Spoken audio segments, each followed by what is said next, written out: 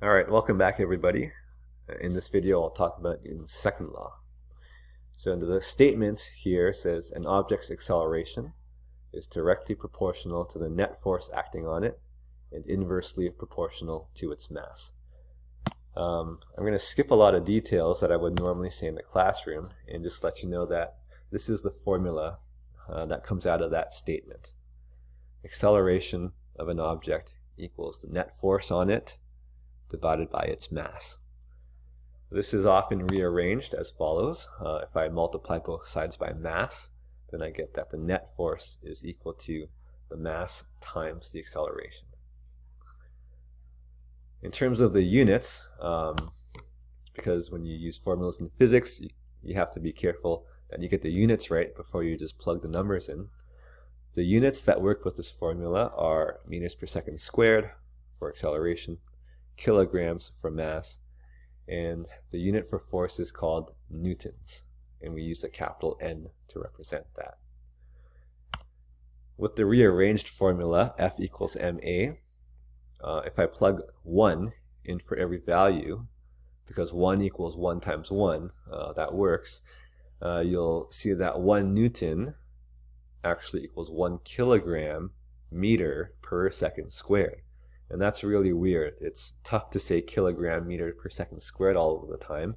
So maybe that's why we replace it with just a brand new name and we call that a newton.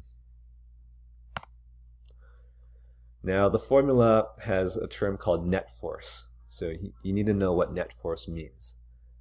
And we talked about it before the March break as well, but as a review, the net force is the vector sum of all forces acting on an object. So as an example, I've got a diagram of a person pushing a box across the floor. So the free body diagram would have gravity downwards. I made it 50 newtons. It would have the normal force upwards, which would also be 50 newtons. It would have an applied force to the right, which I made 100 newtons. And the floor would apply some friction to the left, and I made that 20 newtons. So in terms of the net force is the sum of all of these. Sum means add. So it's 50 newtons down plus 50 newtons up. Those two are actually just going to cancel each other out. Plus 100 newtons right, plus 20 newtons left. And the plus 20 newtons left can be thought of as minus 20 newtons to the right. Okay, if I let right be the positive side, then it's really just going to be 100 minus 20, giving us 80 newtons to the right as our net force. All right, so that's basically what net force means. It's what's left over after you've considered all the forces that cancel out. Okay, so there's the equation. One important thing to know about this, or to realize, is that it's kind of in the form of a fraction.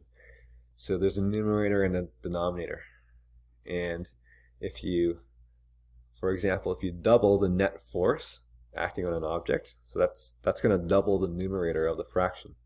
And that's going to make the value of the whole fraction get doubled, which means the acceleration gets doubled.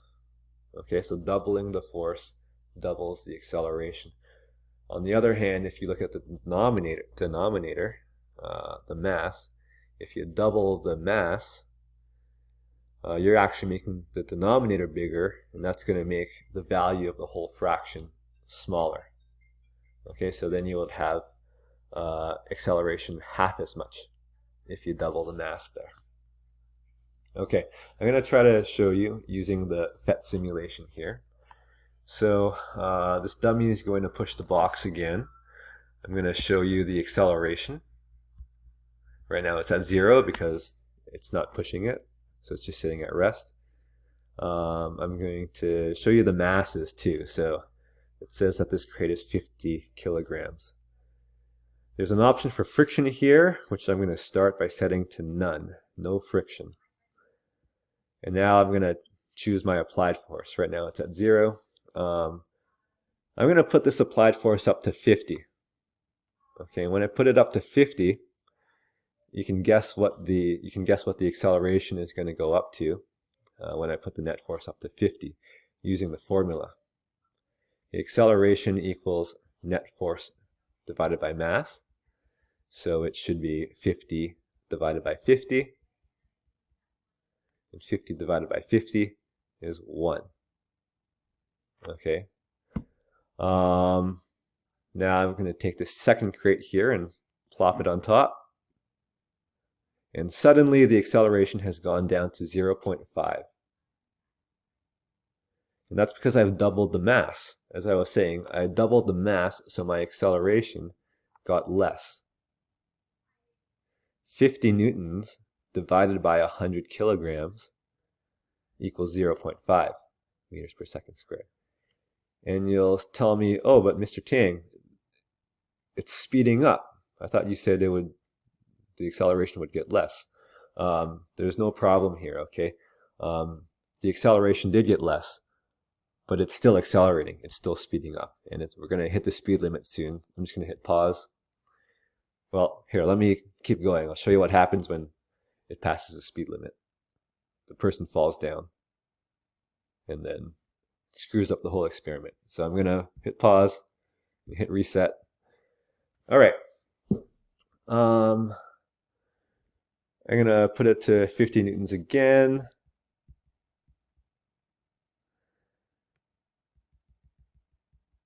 Oops, no friction, please. I'm going to put it to 50 newtons again, and it's going to accelerate at 1 meter per second squared.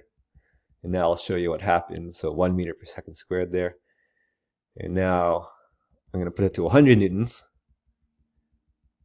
And 100 newtons divided by 50 kilograms should give me 2 meters per second squared.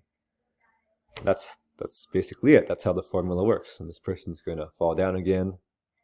Plop. Okay, there we go.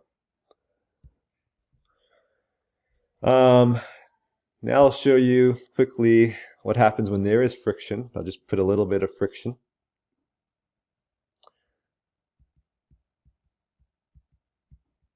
Okay. Now, when I put this applied force up to 50 newtons, and I have a 50 kilogram crate here, what's the acceleration going to be? Well, now since I have friction, the answer is not going to be 1. Okay, it's not going to be 1 because the formula is not applied force divided by mass. The formula is net force divided by mass. So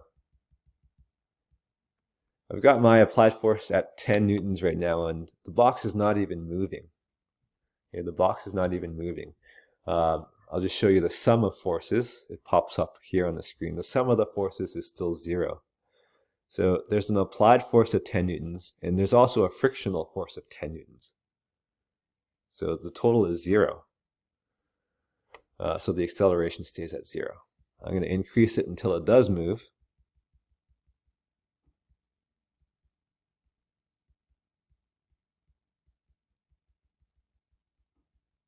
All right. So now it's moving.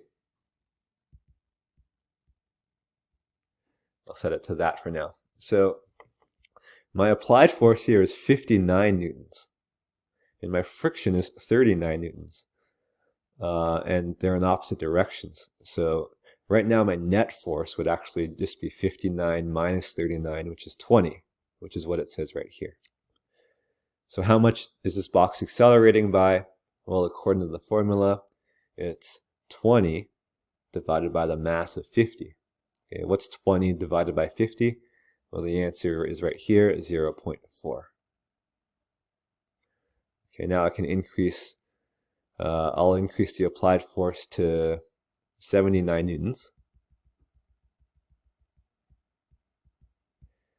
All right, so now you see my applied force is 79, my friction is 39. That leaves me with 40 newtons as my net force. 40 divided by 50 is 0.8. You can add the other crate on. Now the mass is 100. So 40, oh, never mind.